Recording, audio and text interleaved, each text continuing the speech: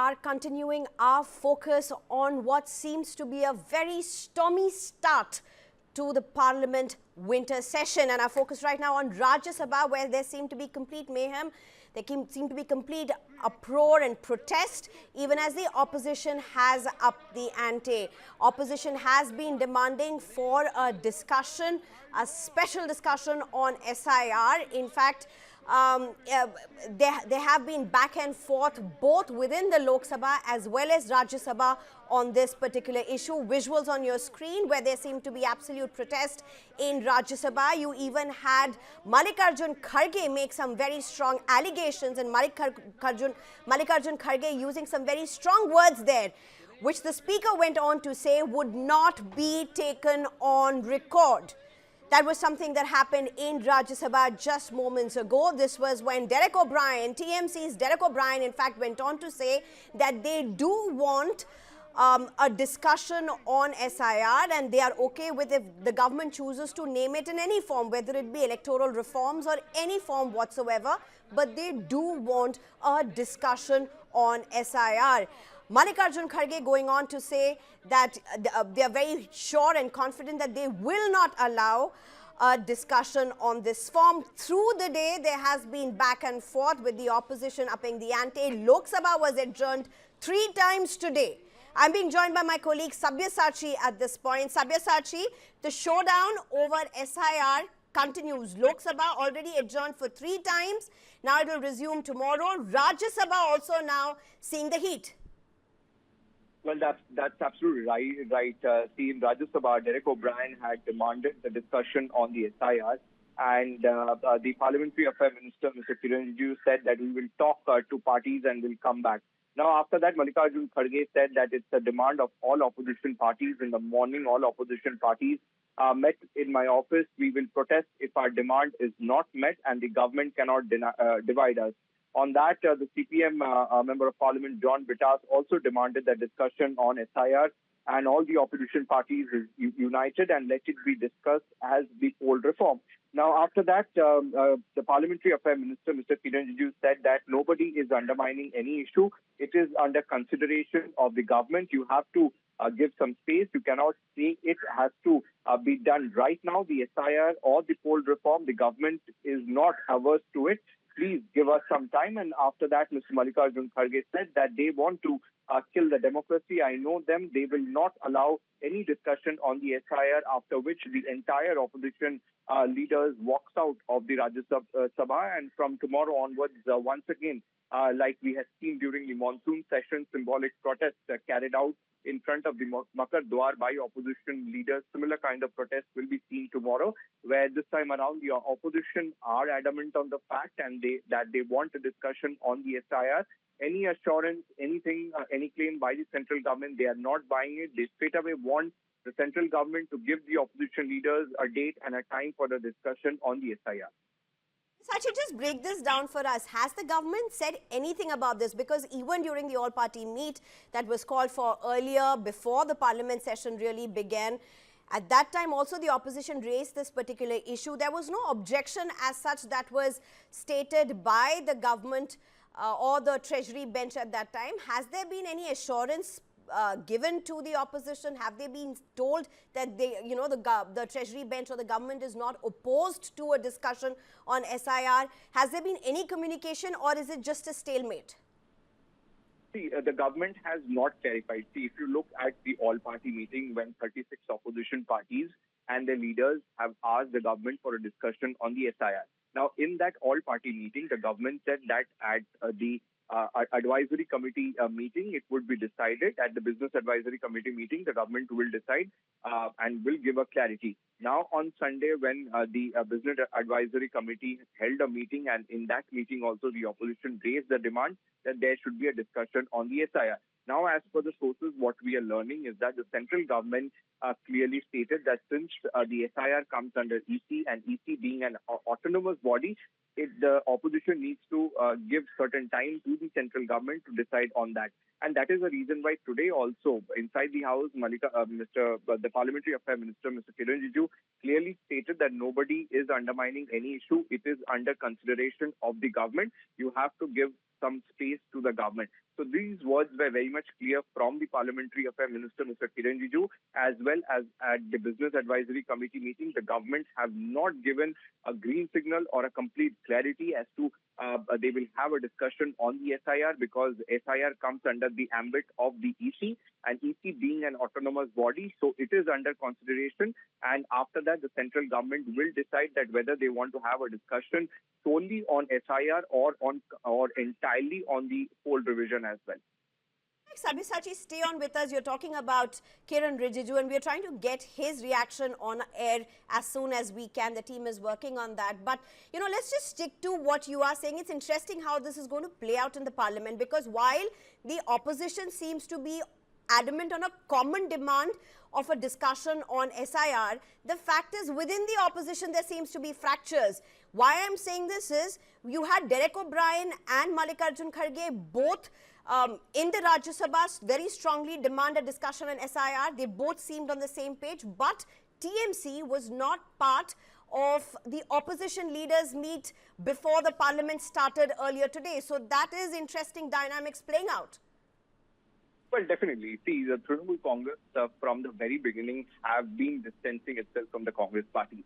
See, it is not the first time that the Trinamool Congress have boycotted the meeting which has been called in by Mallikarjun Kharge, where all the political parties where all the political party leaders were present. Let me tell you that Samajwadi Party was also kind of whether will attend the meeting or not, but later Ram Gopal Yadav went for the meeting. But as far as Trinamool Congress is concerned, the Trinamool Congress clearly distanced itself from the meeting. Now the Trinamool Congress feels that at present, looking at the India bloc and the current situation, somewhere the Congress is lagging behind, because looking at the state result where one after the other the Congress have suffered a huge defeat in the hands of BJP, and the Trinamool Congress feels that at this current situation, it is Mamata Banerjee and Trinamool Congress which can take on the BJP heads on, and that is the reason why the Trinamool Congress wants to project itself that they are fighting against the SIR and they are going to protest, and that is the very reason why Derek O'Brien himself and other Trinamool Congress leaders from the very beginning have clearly told the central government that they would only allow the House to function only if the central government agrees to a discussion on the SIR, and SIR being one of the most important issue which the Trinamool Congress has been continuously raising. So somewhere the Trinamool Congress have understood that how Mr. Rahul Gandhi also have been voicing on SIR, and time and again the Congress party has been protesting on SIR. But somewhere the Trinamool Congress, because of the Bengal polls coming in, they want to show to the state of West Bengal as well as to the BLOs that the Trinamool Congress alone is enough to raise the issue of SIR as far as the state of West Bengal is concerned. Right. In fact, Sabyasachi, what is going to be happening over the next few days? It very clearly is evident that the showdown is going to continue. Prime Minister Modi, before the session started earlier today, had a very strong messaging for the opposition, where it said that Parliament is not a place for theatrics. It needs deliveries, it needs development and not drama, not theatrics. The opposition saying having or demanding for a discussion is not theatrics. And you've had a complete showdown around what the Prime Minister has also said in terms of drama.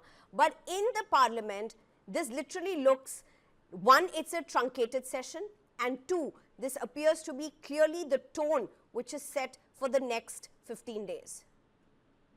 Well, that's right. See, the next 15 days is going to be the storming one, with the opposition not putting down their guard, and they are adamant on the fact that they want a discussion on the SIR. Now, a few days back, the Trinamool Congress delegation also, who was in the national capital, in that, after meeting the EC, the Trinamool Congress clearly stated that they are not against the idea of SIR, but they are against the unplanned manner in which they feel that the SIR is implemented in the state of West Bengal. Now, why these reaction coming in from the opposition parties is to understand that after the polls in the state of Bihar, now the opposition feels that the SIR somewhere had given a huge advantage to the Bharatiya Janata Party, and the EC is working on behest of the BJP. And that is the reason why all the opposition parties, as far as the SIR is concerned, they have come together and demanding that there should be a discussion. Now, Prime Minister Narendra Modi very categorically told that the opposition should not create drama inside the parliament, because Right. parliament is meant for delivery and policy. Right. In fact, several of the first-time member of parliament have gone ahead and said that they have some serious concerns and issues from their own constituencies, Right. because which they are not able to raise because of the sessions being completely washed out because of the disruption. Sabyasachi, thank you very much for breaking this down. Meanwhile, let's just listen in to what Kiran Rijiju has said. Nobody is undermining any matter which was brought out by the opposition party yesterday in the all-party meeting or BSc or today. What I am saying is, it is under the consideration of the government. If you put a condition that it has to be taken up today itself, then it becomes difficult, because you have to give certain space. I only added as an additional point that there were other members who raised other issues also. So it is wrong on your part to say that there is no other issue of other parties. Other than 12 opposition parties, there are other political parties who represent different states. So don't deny the right of others. While putting forward your demand, you have right to put forward. You cannot reject other conditions. However, I am saying again, the matter related to whatever you call it, special intensive revision or electoral reforms or whatever, I have stated before the beginning of the winter session that government is not averse to taking up discussion for anything. But yesterday you were quite considerate. You said that, okay, you can enlarge the topic of discussion, you can make different headline topics. I am not opposed to that. The only thing I am referring to today is, please give some time. While there are other business which are listed can be taken up, the demand which you have put forward has not been rejected. So don't presume that government is not ready to discuss on any matter.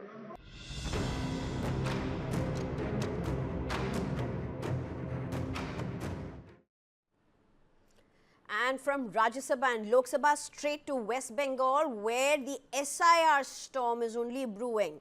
SIR storm continues to rock West Bengal. BLOs are staging protest outside the Election Commission in Kolkata. Massive protest by BLOs who are demanding relief from excessive workload by extending the SIR deadline by another 2 months. Meanwhile, BJP delegation led by Leader of Opposition Suvendu Adhikari arrived to meet officials. As Adhikari and several BJP MLAs reached the premises, members of the BLO Adhikar Raksha Committee already protesting against what they call excessive workload under the SIR exercise intensified their agitation. The protesting booth-level officers raised slogans and attempted to cross police barricades, prompting security personnel to intervene and restore order. Suvendu Adhikari urged the TMC government to clear the payments of BLO workers. जो सरकार SIR का खिलाफ बोलता है वो रुपया क्यों देगा? देने के लिए उनको वो बाउंड है, देना ही पड़ेगा। डिमांड जो है लास्ट 26, 27, 28 तारीख को बहुत गलत तरीके से ये लोग एंट्री कर दिया आईपैक का इन्वॉल्वमेंट और कुछ वीडियो डीएम इसका साथ है। इसको 17,111 बूथ्स का लिस्ट हम लोग सबमिट किया। उसके ऊपर इनको इन्वेस्टिगेशन करना चाहिए, टेक्नोलॉजी भी अप्लाई करना चाहिए और हियरिंग का दौरान लाइव सीसीटीवी होना चाहिए, सीओ ऑफिस को कंट्रोल करना चाहिए और थ्रू सीओ हमारी रिक्वेस्ट ईसीआई का है, जिस तरीके से स्टेट और जोन ऑब्जर्वर दिया है, during hearing all BDO office and SDO office should cover by the micro observer. ये स्टेट गवर्नमेंट का एम्प्लॉय नहीं होगा, कोई इंडिपेंडेंट पर्सन को अपॉइंट कीजिए like zone and state observer. ये हमारी गुंजाइश था, हम लोग दिया है। कुछ काम सीओ का है, वो करने के लिए हम लोग को आश्वासन दिया है, कुछ काम उनको भेजना पड़ेगा और अप्रूवल ऑफ द ईसीआई वो करेगा। फिर आऊँगा हम लोग, हमारा दिल्ली में डेलीगेशन जाएगा, सब होगा। Well, the Election Commission of India has sharply pulled up the West Bengal government for failing to release the increased honorarium for booth-level officers and the additional payments cleared for the ongoing SIR process. During a recent meeting with a TMC delegation, the Commission termed the delay very strange, stressing that the enhanced annual payment of 12,000 rupees for BLOs along with the additional 6,000 rupees approved for the revision exercise should have been paid without further delay. The Election Commission reminded that it had doubled BLO's compensation in August and revised payments for BLO supervisors, acknowledging their crucial role in maintaining clean and transparent voter lists. Responding to the criticism, the TMC has said State Election Commission should take up the matter with the government and accuse the centre of withholding 2,000 crore rupees due to Bengal.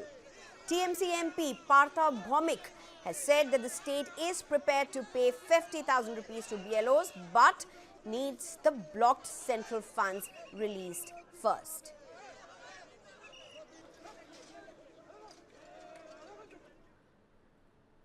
Well, ladies and gentlemen, in Uttar Pradesh, a heartbreaking case has once again put the spotlight on the intense workload faced by booth-level officers during the ongoing special intensive revision of voter rolls. A 46-year-old BLO from Moradabad, Sarvesh Singh, has died by suicide, leaving behind a video and a note that point to the crushing work pressure. Sarvesh, an assistant teacher assigned BLO duty for the first time, was found hanging inside the storage room of his home early Sunday morning. His wife discovered him around 4 in the morning. In his suicide note, Sarvesh wrote that he felt suffocated and simply could not cope with the mounting workload or the deadlines of the SIR exercise. Well, ladies and gentlemen, this can be your worst nightmare if you're a parent. We advise discretion. This can be disturbing, but this is hugely important to be reported. Extremely disturbing visuals from Hyderabad have sparked outrage after a school helper at Poornima School in Shahpur Nagar was caught on camera assaulting a nursery student. The incident came to light only after a local resident filmed the act and shared the video online, sparking outrage. According to reports, the child had urinated in her clothes during class and the teacher sent the helper to assist her. Instead, the helper took the little girl to an open area and violently assaulted her. The child reportedly developed a high fever afterward and had to be admitted to a hospital. The visuals prompted the child's parents to confront the school management before lodging a formal police complaint. According to the latest inputs, the helper has been arrested after a case has been filed against her.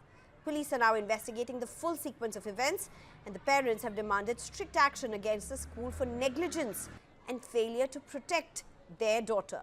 The disturbing incident reignited concerns over child safety and accountability inside educational institutions.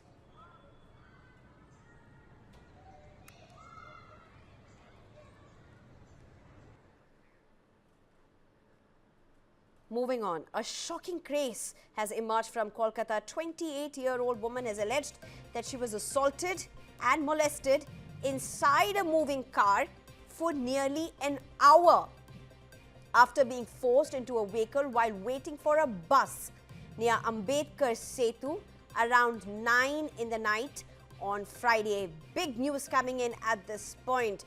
Police say she was later found heavily drugged and abandoned in the Maidan area. She was rushed to hospital where her statement was recorded. Big news coming in, very disturbing details coming in at this point. According to her complaint, one of the 3 men in the car was someone she knew and had been in touch with for the past couple of months. The other 2 were strangers. She says she was offered a lift, then forcibly pulled in, drugged and assaulted before being dumped into the Maidan.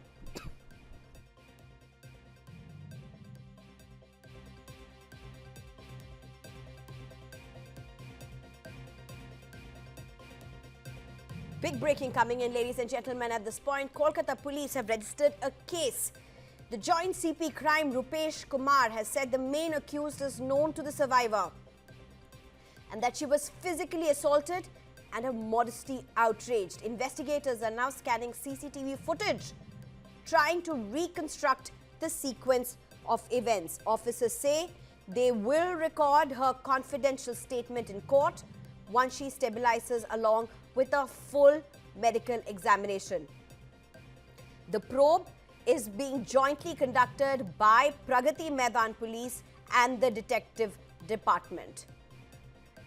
This is the big news coming in right now, ladies and gentlemen. The news coming in from Kolkata, where a young woman, a 28-year-old young woman, has allegedly been assaulted, molested inside a moving car for nearly an hour.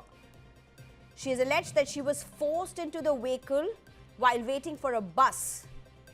She's also told the police in her statement that of the 3 people in the car, 1 was a known person and the other 2 were strangers. Big news coming in at this point, big concerns. Remember, this is a statement which is now being issued by Kolkata police as well, who have said that her statement would be taken and would be after she stabilizes. Investigators are now scanning CCTV footage. We'll keep a track on this, ladies and gentlemen. Big concerns at this point.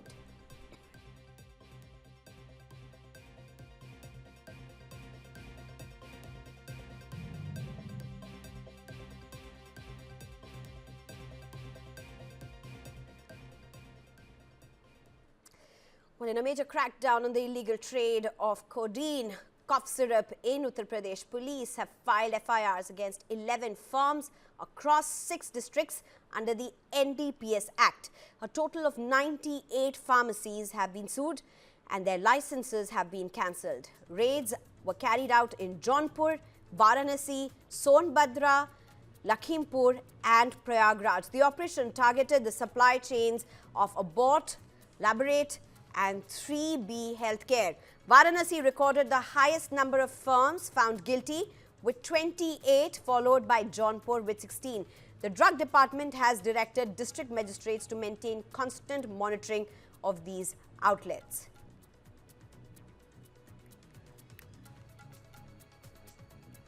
Well, big concerns around these. There have, of course, been protests also after what seems to be an illegal trade around codeine cough syrups in Uttar Pradesh. There have been protests also that have been seen from different parts of India as well. A total of 98 pharmacies have been sued. Remember, there seems to be big concerns around the sale of fake cough syrups.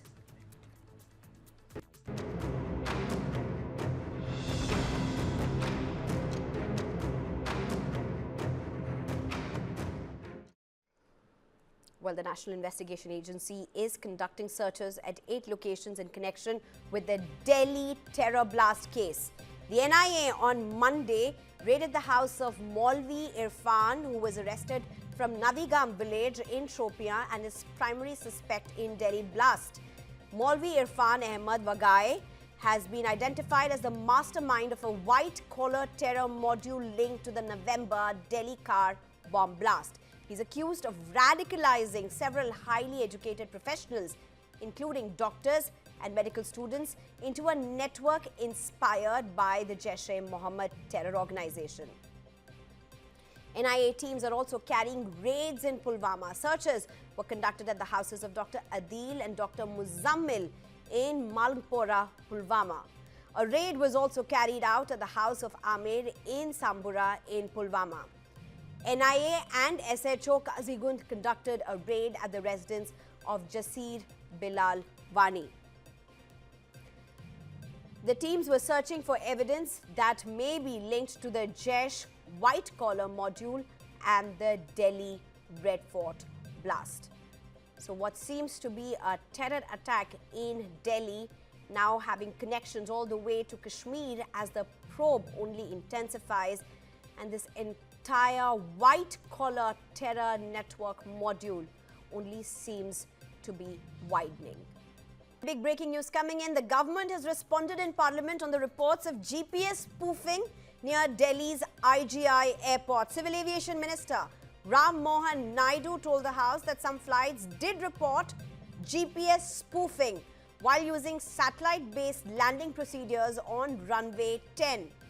He said contingency protocols were immediately activated and importantly, there was no impact on overall flight operations as other runways were functioning with conventional navigation systems. The minister said the DGCA had already issued an advisory in 2023 on tackling GNSS interference and has now put in place a new standard operating procedure effective November 10th, 2025 for real-time reporting of GPS spoofing incidents around IGI airport. The Airports Authority of India has also asked the Wireless Monitoring Organization to trace the source of the interference. The investigation and monitoring both are ongoing. I'm being joined by my colleague Sabyasachi at this point. Good evening, Sabyasachi. So now the minister going on record to say that there was GPS spoofing. Well, that's right. See, the minister have gone on record and said that some flights reported that their GPS signals were being faked and when they were near the Delhi airport and trying to land using GPS-based procedures on runway 10. When this happened, the flights switched to backup procedures to land safely. Now, if you talk about the impacts on flight, there were no disruption to flight movements. The other runways that use normal navigation system were working properly. Now, the actions which has been taken by the airport authority, the DGCA, had issued an advisory in November 2023 on how to handle the GPS interference and a standard operating procedure, the SOP, in November 2025 for a real-time reporting of GPS spoofing around the airport. Now, the Airport Authority of India have asked the Wireless Monitoring Organization to help find the source of the spoofing. Now, the WMO is also gathering more resources and using location details shared by the DGCA and the AAI. And since DGCA has made reporting mandatory in November 2023, many major airports, including Kolkata, Amritsar, Mumbai, Hyderabad, Bengaluru, and Chennai, have also reported similar GPS interference issues. Now, as far as the safety measures are concerned, India continues to use a minimum operating network, which includes traditional ground-based navigation system as a backup. And it is also working with global aviation platforms to stay updated on new safety technologies. And as far as cybersecurity is concerned, the DGCA said that because cyber threats are increasing and AAI is strengthening its IT security and the AAI is implementing advanced cybersecurity system for its network. Right, Sabyasachi. In fact, stay with us on this particular thing because many people would be curious to know how does this affect them. There was an entire issue that happened recently. You've also mentioned about how other airports have also faced similar challenges. Internationally also, this is something that has been reported in some cases. But it's interesting that the minister says the impact wasn't large scale because there were traditional navigation systems that were also being used. Now, this does seem to come off as a tech challenge, but there are already systems in place to counter these. Well, that's right. See, there are systems, and that is the reason why the India has been continuing to use a minimum operating network, which includes traditional ground-based navigation system as a backup. And because the cyber threats are continuously increasing, the Airport Authority of India is strengthening its IT security, and the Airport Authority is also implementing advanced cyber security system for its network. And they are also regularly checking and working with it, like the National Critical Information Infrastructure Protection Care, the Indian Computer Emergency Response Team, CERT. Now, the cybersecurity systems are also being continuously upgraded as new threats appear. New protective measures are also added. Thank you very much for joining us with those details. Well, there's a breaking news that's coming in at this point, a disturbing one. A first-year BTech student of KIIT University has been found hanging in his hostel room in Bhubaneswar. The deceased was identified as Rahul Yadav, a computer science student from Chhattisgarh. Assistant Commissioner of Police Sonal Singh Parmar told media that the incident occurred on Sunday and the body was recovered by personnel of Info City Police Station. Police have said they are investigating the case from all angles to ascertain the cause of death. This is the third incident of a student suicide being reported on the KIIT campus this year itself. Breaking news that's coming in at this point, ladies and gentlemen. Very concerning news.